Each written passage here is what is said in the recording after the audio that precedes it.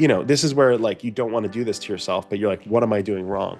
The secret of every startup is figuring out how to unbound that. You're going to get really smart people out of really gun ho, but you're going to be missing other like blends of like whatever the world is.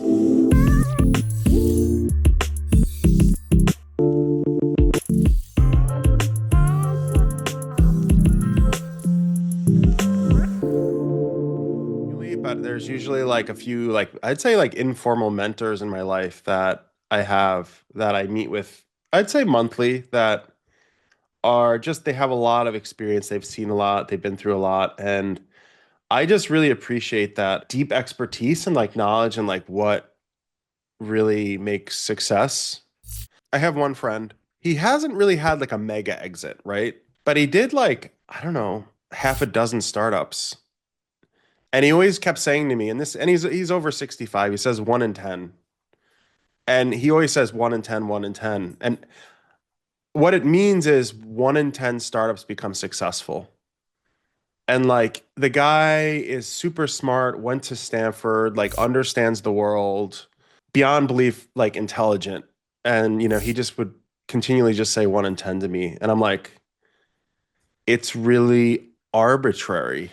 It's not as like formulaic as everyone would think in startups. And it's almost a numbers game. And you don't hear that from like a guy who's like 18, 19, who's doing their first startup and they're like, you know, extremely excited and aggressive and smart as heck. And like, you just get a different perspective from like different age people in life. And they give you different like perspectives on just like what's important.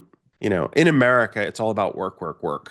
Like, how do you get ahead? How do you hustle? How do you do and get stuff done and become successful? And, everybody in America, like they're getting fed this Instagram, TikTok, like social media, like perfection of like what it is to be like in America's success. And I think like when you talk to people that are like in the older generations, they really value just like the immediate people in their life and you just see the appreciation from like, I don't know, just going for a walk on a beach, as crazy as it sounds, and like going on a walk on the beach with like me, the joy that they get from that is so different than like the extreme stress of someone who's younger. Cause a lot of the people that are younger, like they're struggling enormously with like finances and trying to get ahead.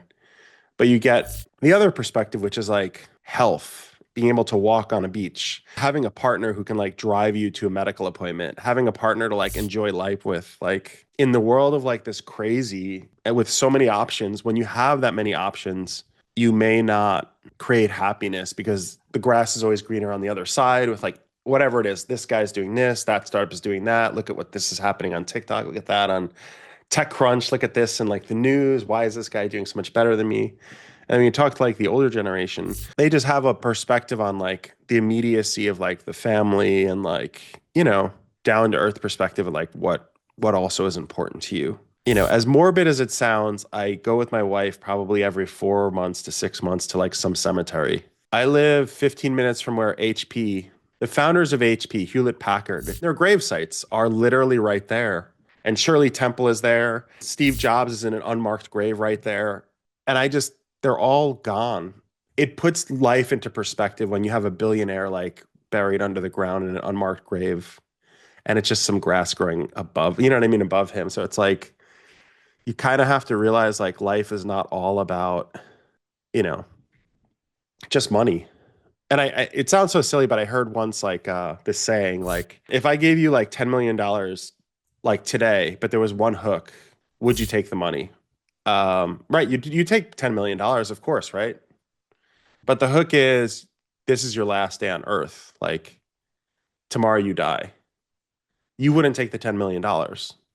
Like I don't think people realize like the value of time is so immense that you have to remember like that value is so much more than just like hustle.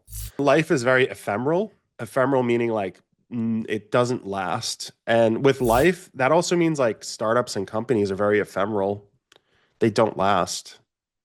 They don't last forever. Like Apple will disappear, Google will disappear, Facebook will disappear. And sure, it might take 400 years, whatever, but it's ephemeral in the sense like every company lasts, and I did some research last week just because I was curious, like, what is the life of a startup or a company on the S&P 500? It's give or take less than 20 years. I don't know if you know this. So the S&P 500 are like the best of the best companies. It's like the best sports teams out there, the best people. They build these companies, they create all this wealth, and then suddenly the culture becomes corrupt, or something happens, or the founder dies or passes away, or the team loses their way, and then they're kicked out of the S&P 500. So like the average company on the S&P 500 doesn't have that much time. People think forever, like it's not forever. And when you talk to 65-year-olds going back to that, you realize like life is fleeting and it's short, and you need to like live it every day and appreciate the little things in life, like whatever. Maybe you like to get a cup of coffee in the morning. Maybe you like something in the morning or the afternoon. There's some little thing that brings you joy every day. Maybe it's a TV show at night. I don't know. Those are like what life is about, really. And like for me, as I'm in the hustle and bustle of like building companies, I always appreciate those like little things that for me are really important. Like I go for a morning walk and I try to carve that time out every morning where I walk in a really beautiful area. I live in a really nice place. Like I'm really appreciative of that. And I just look at like the earth and like the nature around me, and it makes me feel really good. And everyone has this struggle, like in at least in America, the hustle and bustle culture. It's like I got to do better. I have to do better. I don't know if it's like that in the rest of the world, but it's like ingrained in Americans. Like you look at like Jeff Bezos and he did it all himself, but that's not the truth. He had a lot of people around him. There's just a lot of hustle and bustle culture here. And I think people forget like the greater, like, what are you actually doing it for? And I'll give you one example. Like in my very first startup, I had a startup prior to this startup, Just Paid. I put a picture on the wall of a house, and it was a house that I just would drive past every week. And I printed it out from Zillow. They had a picture of it. And I had this house on my wall for like 5 years, 5, 6 years. And in a weird way, it gave me like a goal to go towards. And I think this is a thing in America. It's like everybody should own their own home. It's just a thing, right? Like everybody, every person I talk to is like, I want to own my own home. It's a thing in America. So like I had that dream, and it took me about 12 years from my first startup to get my first home. And having that picture on the wall really made me visualize like what it would be to buy it, like what it would be to like touch the ground, the earth. It sounds really silly. I'd like looked at the trees in the picture and I'm like imagining myself like walking around this house. And the reality was I bought a house like right next to that. I could have purchased that house, which is insane. Like years later, it went on the market and I had the money. This is what's crazy. Like I never thought I'd have the money for that house. Years later, I'm looking at the picture on the wall and I'm like, this house is literally on sale. I worked so hard my whole life. I have the money to purchase this house now. And I remember thinking like, wow, this is crazy. Like you can literally like imagine something coming into existence. And if the goal is there, it's super like obtainable. Like Kevin Hart. I don't Kevin Hart, the comedian? He has pictures of all the best comedians all over his house. So when you walk around his house, you could probably YouTube it. Just so many people on his walls, like the great comedians of like the world. And I could see in him like what I did, he did something very similar, where he imagined himself being those people.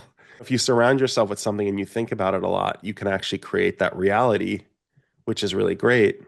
Spending time with like people older than me has always helped me and has always been valuable. And having experienced people around you creates a better company. So like you want all different cultures, you want all different people, all different mixes when you're building a company, at least. You want diversity, you want different perspectives because everyone gives you different perspectives. Like if a company is just built with like Stanford grads that just graduated in 2000, 2022, you're going to get really smart people out of really gun ho, but you're going to be missing other like blends of like whatever the world is.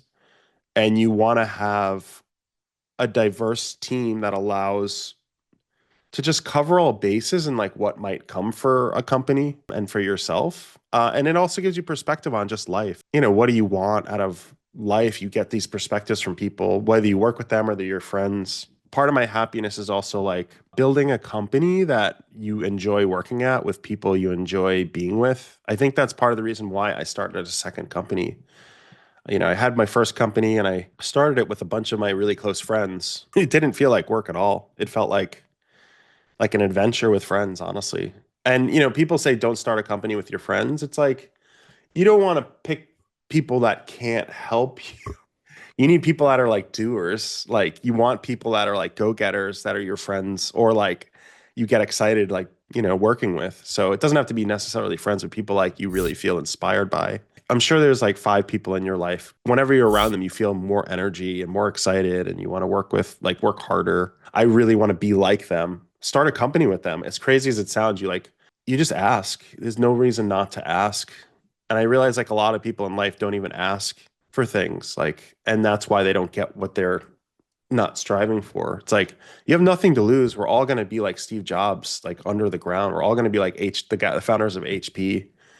They're not here anymore, and it's like all that power and money. It's like you only have so much time, and time is fleeting. So it's like move fast, like experience life, like get the things you want out of life. And I feel like the older I get, the more I respect that and want like you just ask people for things that like you would never do. So like your friends or whatever. But my day is kind of strange. And I think this is part of with a lot of founders, I think they have their own rituals and like the way that they operate. I think for me, usually the mornings are just getting situated for the day. So having a cup of coffee, going on a morning walk with my wife. You can see I have two dogs behind me, so making sure they get out. The day kind of ramps up with more and more meetings. So like usually around 1 p.m. to like 8 p.m. it's like meetings nonstop. So it is a little strange in that way. Like I lopside it where I really like the mornings to like have a clear head, think. And this is people can't have this life. It's like I've built this over like time where this is like just the way I operate. And I realized that over years, like, okay, this is what helps me. I really enjoy like the mornings for like fresh air and like getting out and like just clearing my head and thinking. And then I kind of go into the day like way more level headed where I've had breakfast. Sometimes I'll start work at 10 a.m. Sometimes I'll start work at 8 a.m. Sometimes I'll start work at 1 p.m. But I also try not to burn myself out because I've been in startups for over 20 years now. So like if a day feels wrong to me, say the day before was rough, like just a rough day for some maybe a customer yelled at me or something and I wanted to keep the customer and they were basically lashing out for 2 hours or whatever and I get into like a bad mind space. I might start at 1 p.m. the next day or say I work till 2 a.m., 3 a.m., 4 a.m. The next day I'll actually like I'm not going to just start at 8 a.m. But it all depends on the day. Like Mondays are pretty early just because the team wants to meet. So Monday mornings are always like 8:30 a.m. meeting. It's like a 2 hour session with the team. And then we kind of just start the week off. And then it's just kind of goes from there. But some days I overload myself with too many meetings. Some days I feel like I work on just product meetings, but I'm trying to space my day out. Some meetings are very creative. I try to like block different days for different things. So it's like a blend of networking sometimes, other times it's interviewing for hiring, other times it's talking for sales, other times it's like working on product, other times it's maybe talking to a design team, other times it's like talking to my co-founders. Sometimes I'll block days off where I'm just spending time with my family. It's hard to do. I mean, I'm not gonna lie, but like, because I started a second company, but I took a week off because I'm like, I just need to get away because I've been in Silicon Valley like going for so long Right. for the last 2 years. I need to like reset and like see my family and some friends on the East Coast. I think investing in people, like as you get older, your network becomes more valuable, and I think investing in people always like reaps the rewards. Starting a company is a really like humbling experience because you're basically going out asking for customers to try your product out. You're asking for investors to believe in you. You're asking for employees to believe in you. And like they're all just people. Like that's a really valuable use of your time in different ways. Like, an investor will believe in you and like give you hundreds of thousands of dollars. That's a really like I'm very grateful to them and I feel like really responsible to like how do I get them their money back and get them a huge return. The same thing with like people that are like working in the company for like years. It's like my co-founders believed in me. I really want to like make it a big win for them where they get like a good exit and whatnot. And the customers who are using it, I want to make sure like they're really happy with the product. So it's like spending time with all of those people are really important.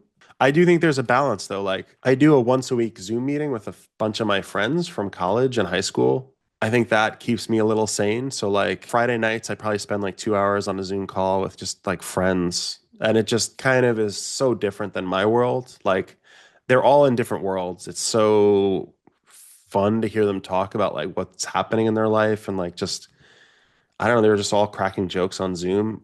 It's kind of nice now that you can do that. It sounds kind of silly, but like, you're in Zoom calls all week and they're kind of like dry Fun. and it's very much like work, very focused on work. But when you're on, when you get on a Zoom call with like people like from high school, it's like they are thinking so different than you. It's like amazing. It's just the stuff they come out, and you're just like, oh, life is not so stressful like all of the time. I do consistently work out every day. That's something I like prioritize. So I did build into my life like also having a gym, but that's like later in the day. I don't work out in the mornings. So like after the day ends, I will work out either at home. I have a couple of gym memberships. I don't have like a high-end gym membership, so I'm not like I buy like the cheapest gym memberships and then I rotate because they all have different gym equipment and it's just like nice to just see like old beat up gym equipment and work out there. And then probably like 2, 3 days a week, I have a friend who committed to like working out with me on Zoom. So like, there's days when I just am exhausted from work or from whatever it is, family or whatever. It's just, life. They always message me and they're like, let's get on and do like a 20-minute workout. And that actually resets my brain where I'm like, okay, let's do this. So those are all like just tools and strategies, but like, what's the best investment? It's not one thing. It's like an accumulation of just like good people in your life. I think that's at the end of the day, it's just like people working together and like it's friends and family and like colleagues from work. It's like, you want to have really good relationships with the right people. I do think like surround yourself with really good people because if you don't, you'll be miserable. Maybe you have an abusive family member. Try not to just limit the time with them. Maybe you still care about them, but like if they're like abusive, don't like give them power in your life. Don't let them like control what you do with your life. If I listened to my family, I wouldn't have moved to Silicon Valley. Like my family did not want me to move from New York where I grew up. They were like, "Oh, what are you doing?" And I'm like, this is where I need to be because that's where the action's happening." It's like if you want to be an actor, you move to LA to be the best actor. If you want to build startups, you move to Silicon Valley to be the best founder you can be. People don't want to hear that like in other parts of the world because they're like, you live here, we're friends, you shouldn't be moving away. I'll miss you. So honestly, just listen to yourself a lot. But what's the best return? I don't know. There were so many different pieces. It's not like one particular thing. My first startup, I started a company with the guy I met in school, and he was a really great developer. I don't think I could have built that company without him. So like that relationship alone was like insanely good in so many ways for both of us for so many years because we helped each other like push ourselves and get to the next level. And when you're building a startup, it's very, very emotional because people in the early days don't believe in you, right? So like, but when you have like a friend who's like really hyper believed in you, it got us to that point with my first company, which was a huge, huge like success. And I was like, how did we get here? And it was, I think, him believing in me. He saw something in me. He would just trust my gut a lot of the time.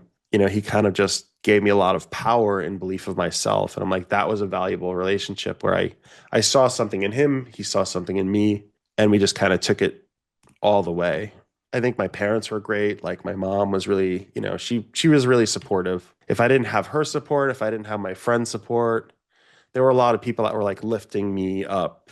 And I think that's where it helped me like get my career off the ground. Because if you don't have those people in your life, it's just harder. I'm in my 40s now. It's like there's a lot of people that believe in me. And I'm like, this is amazing having all these people. But it's like over the years, if you treat people really good, they treat you good. So I think, they say, oh, billionaires will step on people to get to the top. I'm like, I don't know if that's true.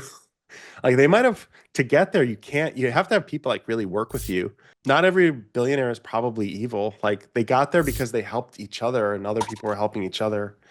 I don't know. Maybe some of them are horrible. I don't know. But like, I don't. believe that everybody out there is like pure bad, if that makes sense. I think a lot of people are just really hardworking and they get lifted up by other people that believe in them and they're fortunate and whatnot. I mean, right now it's all about sales. It's funny, I texted someone yesterday and they're like, there's nothing else but sales. And like, this is a sales guy and his company is hugely successful. Different modes for different like times in a company. I think right now we're in like a very sales mode where we built a lot. We're kind of the direction of the company is like talking to as many possible customers of our company as possible. So, every day I'm looking at like, who do I talk to? Who might be a good fit as a customer? How do I find the right salespeople for our team? How do we refine the product so it makes it more delightful for people? And it goes back to Kaizen, like what I said, it's like this daily refinement process where you're always trying to get feedback loops going and you're trying to iterate on the product. I had a meeting yesterday with the team and I'm like, this feature needs to be perfect. Like, and the engineer was like, no problem, we'll work on that. So like that's just these little incremental things every day that create this like really great product, at least in software. I think software, there is a difference between software and hardware, where hardware is hard, software is like iterative, and you could refine it daily. So like the team can literally like make a change, push the code out, and then thousands of users have it. Hardware, it's like it has to go out to the user the way that it is, and it's just kind of set in stone. So if there's a problem there, you're kind of stuck with the problem. That's why I really like software companies like AI companies, that sort of thing, where you can like iterate very quickly and just make the product better and better versus the hardware side, which the chances of failure are more high if you mess up. Like if you miss something, if you didn't put the right CPU in the product, if you, whatever, if the speakers aren't like put in the appropriate way or whatever it is, if it's like a blood pressure cuff, like if it's not reading because the hardware isn't set up right, it's a really major problem. So like you can bust a company really fast. And I've seen it like with a lot of founders go into the hardware space because like it's very brutal. Software, it's very iterative and you can like make changes very quickly. You look at like Tesla, it's really a big iPhone in my mind. It's like they're literally pushing updates over the air to people all of the time. And they just built a big cell box that literally has a bunch of cameras all over it. And I'm like, it's just literally like placing new software into the thing every chance they get, which is unlike other car vendors, which is like a lot of them just build like cars without software. It's an afterthought. And I'm like, I think Elon saw the difference. He just said, let's make a really big phone with wheels. Literally, it's like a cell phone with wheels. And I'm like, he literally put cameras all around it and he can put software in. The software is what drives the thing. Literally, it just drives it. And I think Mark Andreessen and Andreessen Horowitz, a really famous investor, he wrote this article saying software is eating the world years ago in 2011 or something. It just is true. It's like the world is becoming so software driven. Everything, every decision you make is based off of like either an algorithm showing you an ad or using a product in the software and it is like helping you in your daily life. I think that it's so true. Software is eating the world and it's just going to become way more predominant. And that's honestly where I get excited because I'm like, how do I make the most change? And going back to happiness, like, how do I make the most change and impact the world with as little effort? Because there are parts of me that are, I wouldn't, it's like smart lazy. It's like I want to do the hard work, but I want to do it in a way that gets the most use of my time and the most people get delight from whatever I use. And I'm like, software is that for me, where I can build something with a team and we build it in mass and thousands of people use it or millions. And you get this huge euphoric value as a person because you're building something that people like love and they want to use and they get excited by using it and you get excited because they're giving you feedback and there's this like visceral like exchange of energy. And I look at like companies like Apple and Google and I'm like, I get why they're so successful because everyone at Google wanted Google. They wanted it. They wanted to search the web. They wanted that. So they used their own product so much to the point where it became so valuable to other people and then it spread like a wildfire. And same thing with Apple really wanted like the personal computer and then like they wanted the iPod and then they wanted the phone and like they use their own products. So it's a really hyper positive cycle of like repeat, repeat, repeat. And I think that's where I get really excited about like AI and software and like our team and like our sales, like all of it like creates this like really good positive momentum. I need that in my life. And I'm like, that makes me feel like I'm adding value to the world and like being productive, like a productive person in society. And like at the end of the day, like you look at all the founders out there, like what do they really want? They want to either get rich or they want to prove someone wrong, or they want to feel like they're adding value to the world. And I don't think it's like a black and white, they just want to get rich. I think it's like you can do all of that.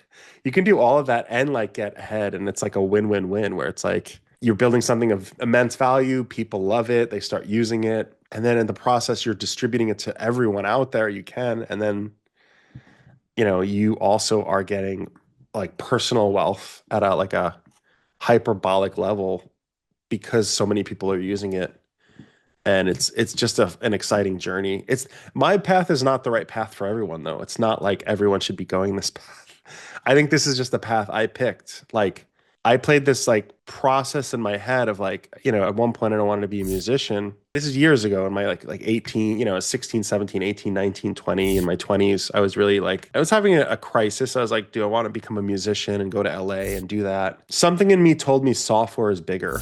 And it was like me trusting my gut, where I'm like, if I was a musician, I'd be competing with like the best musicians in the world, and they don't even have the reach that Microsoft has. Like music creates such value for people and it brings joy, but Microsoft was bigger in my head. And this is where I was like, if I can do something like that, it will bring me more joy because I'm adding value beyond just being another musician where they have other things that are amazing out there. I mean, speed of iteration, like I will get feedback from a customer.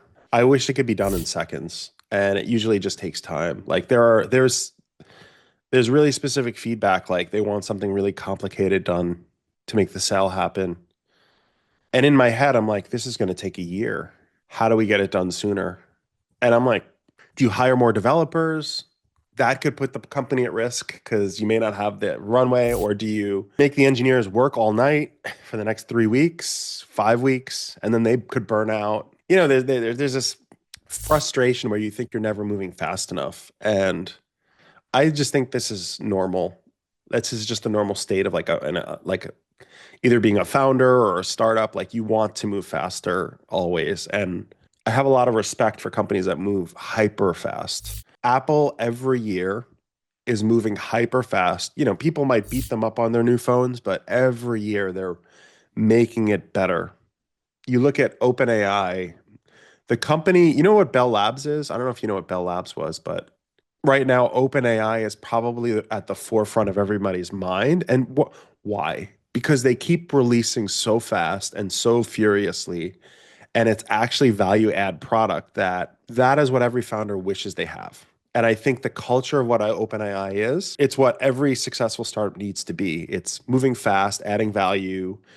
Every iterative cycle is like making a huge impact on like millions and millions of users. There's so much value in that, in like what they're doing there. And part of that comes from Sam Altman. He was the CEO of Y Combinator, which I've been Y Combinator company twice, my first company and my second company now. Sam Altman was learning from all the founders. Like he was learning what works and what doesn't.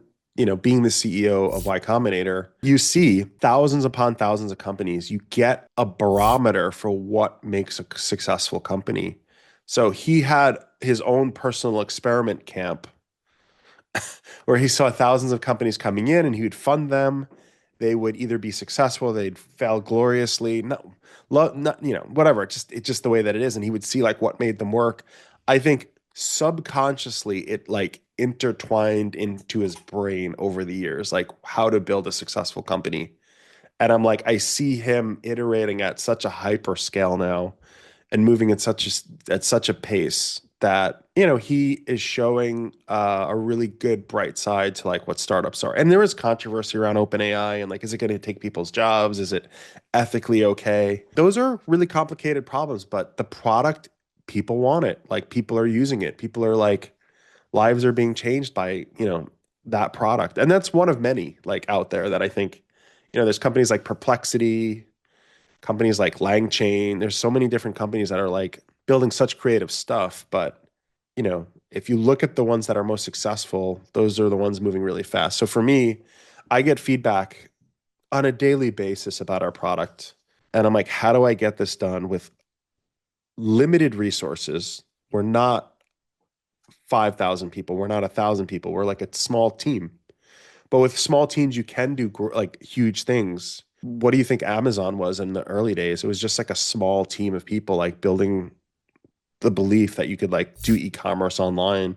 So for me, there's a lot of pressure to like deliver quicker for customers. But with every customer that says no, it's not a fit right now, I get more feedback on like what we need to do the next sale. So every sale does become easier. Like if I don't make this sale, I pitch it again with the next sale and we'll have that feature in there. Or we'll have it in two months. And then it makes the next sale easier. So in software, at least, there's an iterative like process of getting feedback and like figuring out how to get the team to deliver the product. And sometimes it's a little micromanagement, sometimes it's just letting them be creative.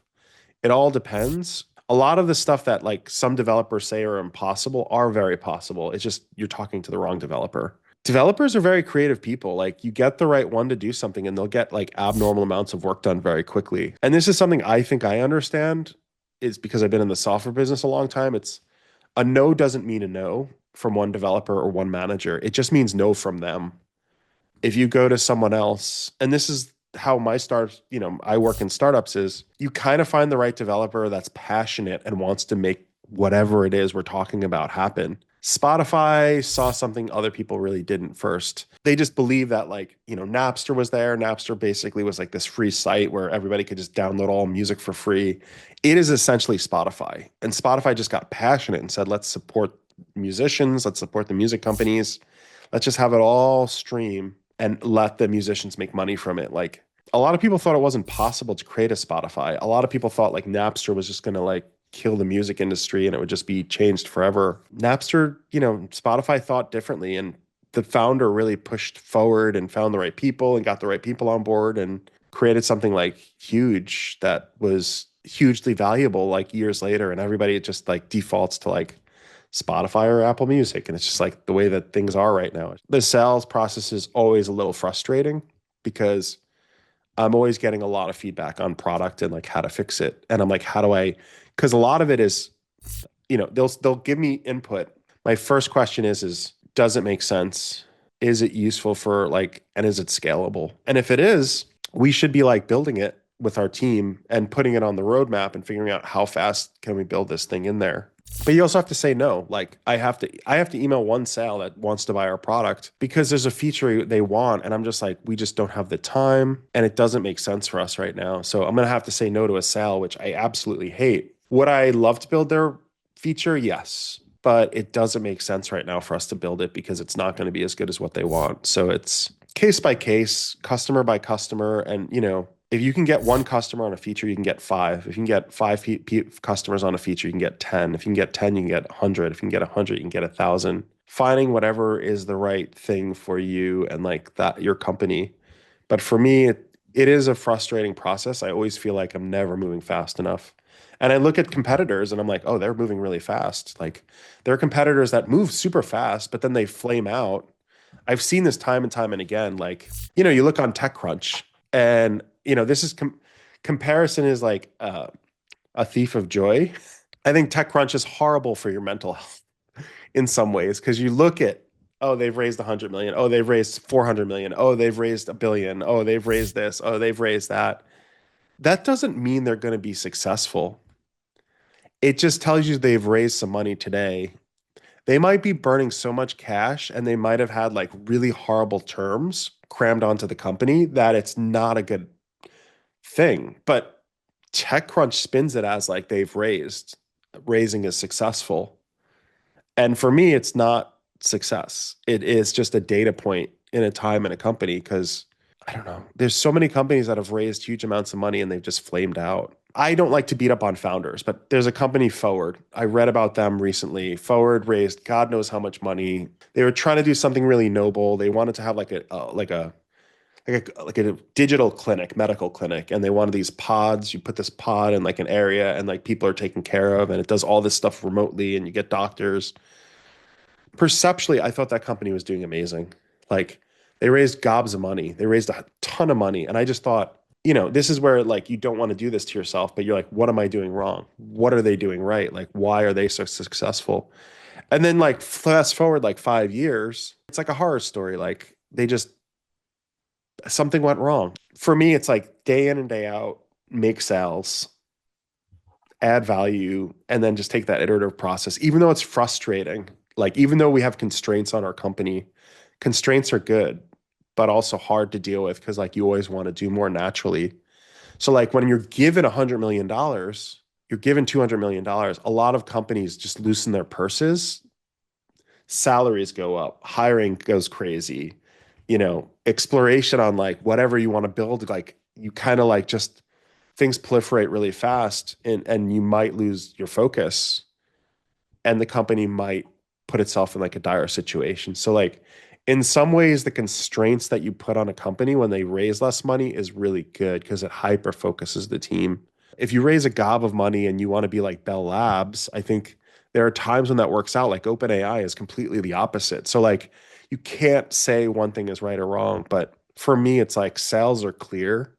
It's a really good thing to like focus on for any company. So like sale, you can't go wrong like understanding what the user might want to use and getting revenue for your product is a really, really like healthy metric regardless. Like just get the user to use it, get them logging in daily or weekly, check in with them regularly, get them to sign an annual contract, a monthly contract, like whatever, get them to get a credit card, charge them for the product and have those dialogues regularly with them because that keeps you grounded in reality. But frustration for me is like I have so little resources. I could raise another 40 million right now and then just we could build so much more. Some of our competitors have just done that. So it's like, is their path right or wrong? Time will tell. Like, and I'll give you another example, like Digg versus Reddit. There was this really hot company, Digg. I don't know if you remember them. And there was Reddit. Reddit raised no money.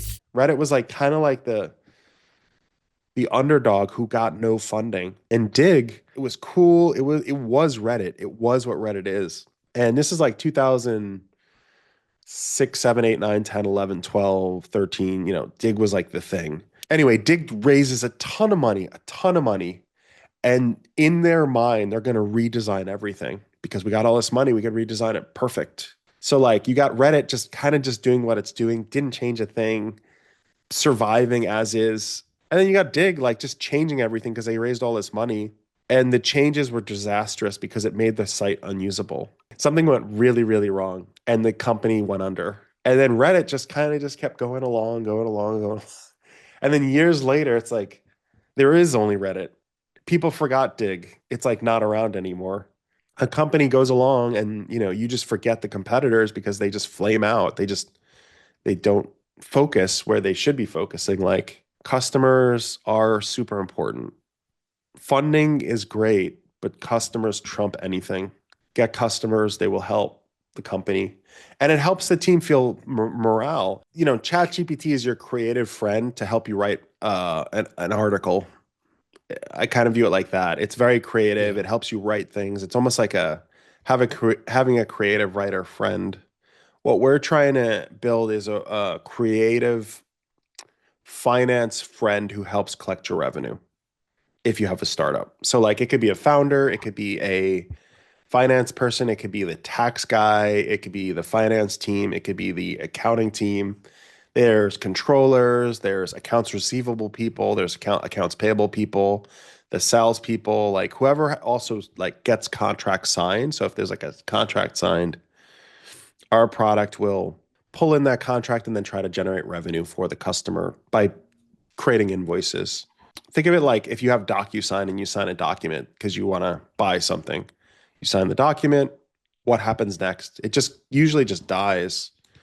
And then you have to hire someone to take the contract and like look through it and then figure out where to charge it. We're just trying to be that piece in that part of it where we'll take that contract and we'll figure out how to parse it, generate invoices for it, and then send those invoices out for our customers.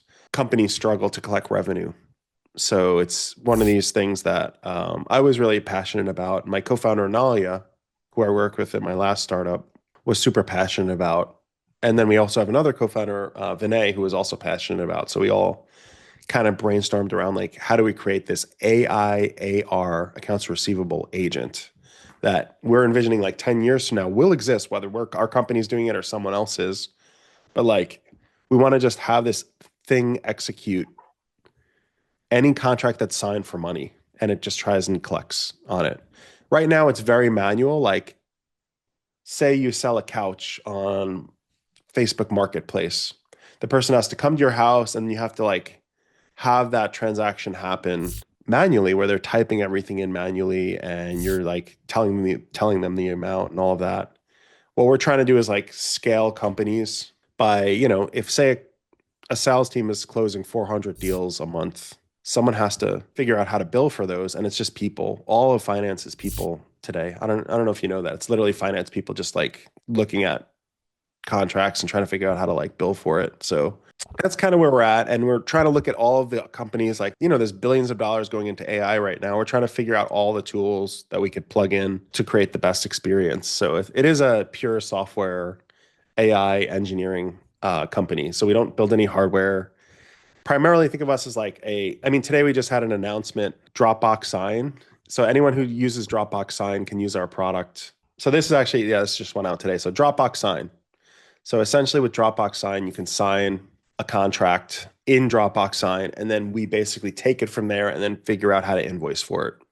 Not a lot of people want to do it anymore. It is, there was a New York Times article around it, I think, or a Wall Street Journal article where they were talking about this exact problem where I just don't think finance is the coolest thing anymore. It used to be like the place where people wanted to be and they wanted to work in, but it's been a decreasing industry where you don't have as many accountants coming out of school as you did in the past, which says I think industries like that, if you have AI pick up the slack, it's great. You have like coverage from something else that if people are not wanting to go into that industry, you have this other thing that can like help create more there for us.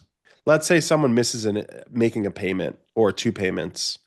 It would be cool in the future if we could have our AI call that person and say, hey, just a heads up, Mm, you missed two payments.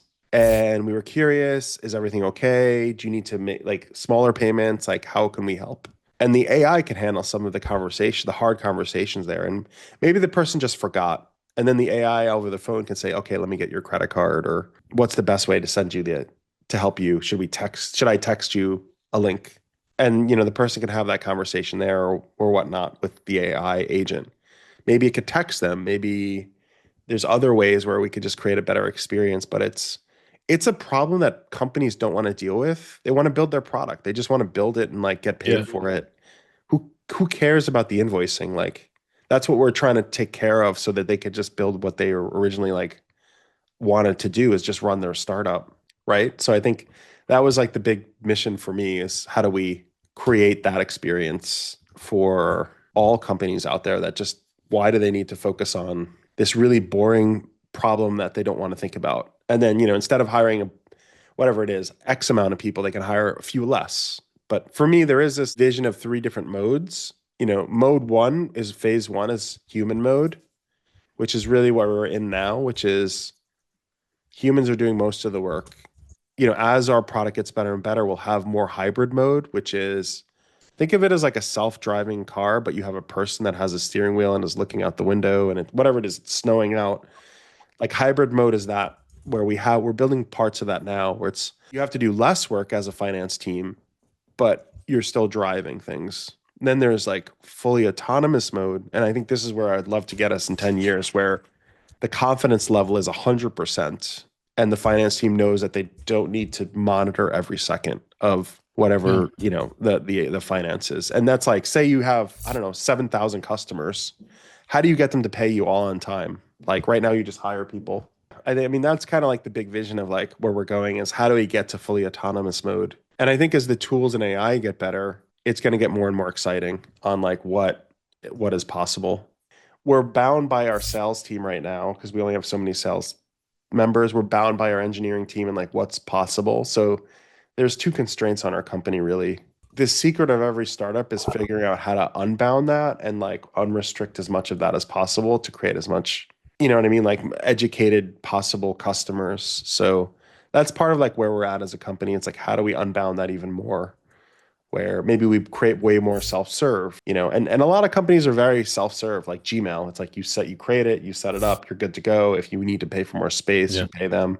They unlocked that for themselves. But it's like we're in that phase now where we're really refining all of that. But it's a refinement process. It's a continual process of like looking at the product, looking at where the friction points are, looking at the tolerance of a possible sale. Like yesterday, I had a sale on the call, and he's like, I just want to spend 5 minutes getting this set up because I don't have time.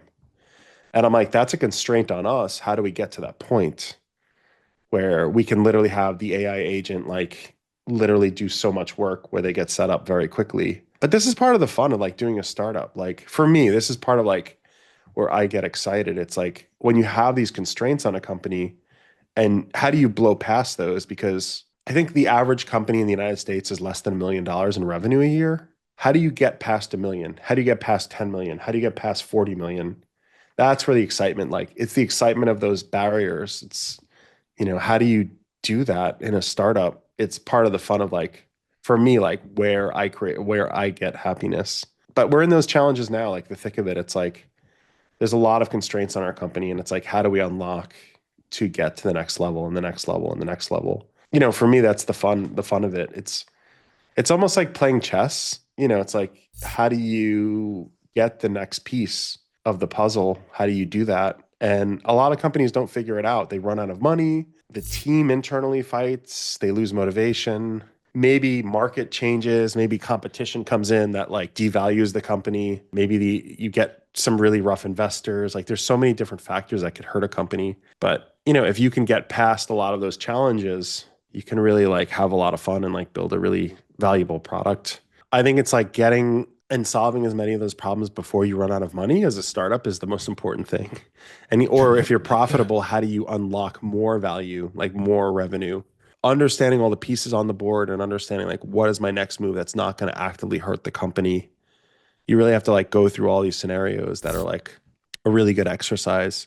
And some companies, you know, overextend themselves, and some companies like do things that are hyper speculative that put a company in danger. So it's like I don't want to put us in a situation like that where we're just like in a bad situation. And you know, I think for me, it's always running all of these analysis through my head. And you know, we do have a finance team that kind of helps run through a lot of those like scenarios and checking in with my co-founders and you know, just looking at sales, honestly, I think for us is the most important thing, and like unlocking as much value there.